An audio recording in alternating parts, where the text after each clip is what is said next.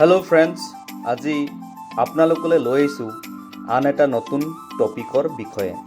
এই টপিকটো হৈছে যে জীৱনত আমি যেতিয়া কোনো এটা কাম হাতত লওঁ আৰু সেই কামটো সম্পূৰ্ণ নোহোৱাকৈ মানে আধাতে আমি এৰি দিওঁ বা কামটো কৰিবলৈ মন নাযায়, কামটো ভাল নলগা হয়, কামটো কৰিলে ছাকচেছ হ'ম নে নহ'ম, কিছু নিগেটিভ কথা মনত আহি পৰে আৰু কামটো আৰম্ভ কৰাৰ লগে লগে মানুহে ক'বলৈ ধৰে যে তুমি এই কামটো কৰিব পাৰিবা জানো, এই কামটো দেখোন ময়ে কৰিব নোৱাৰিলোঁ, মোৰ কথাটো বাদেই দিয়া, সেইজন আমুকে কিমান পঢ়া আছে জানা নহয়, সিয়ে এই কামটো যেতিয়া কৰিব নোৱাৰিলে তুমি কোন।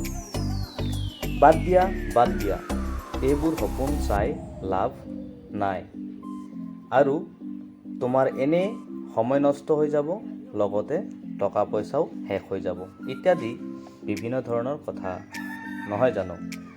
আৰু জীৱনত সফল নোহোৱাৰ আন কেইটামান কথা যেতিয়া কাম হাতত লওঁ তেতিয়া আমাৰ মনত মাজে সময়ে আহি পৰে, 1 নম্বৰ, মই বুঢ়া হৈ যাম নেকি, 2 নম্বৰ, মোৰ প্ৰেমিকাই মোক এৰি গুচি যাব নেকি, মই বেমাৰ হৈ যাম নেকি, মোৰ মৃত্যু হৈ যাব নেকি, মই সফল হৈ যাম নেকি ইত্যাদি বিভিন্ন ধৰণৰ কথা।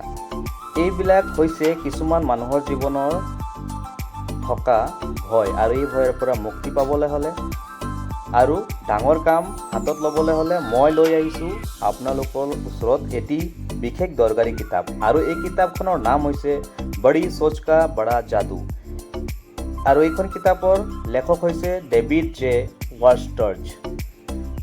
আৰু এইখন কিতাপ পঢ়িলে আপোনালোকে নিশ্চয় বুজি পাব যে আমি সৰু সৰু চিন্তাতে ব্যস্ত হৈ থাকোঁ, ডাঙৰ চিন্তা কিয় নকৰোঁ, চিন্তা কৰিলে দেখোন কোনো ধৰণৰ টকা পইচা নালাগে নহয় জানো।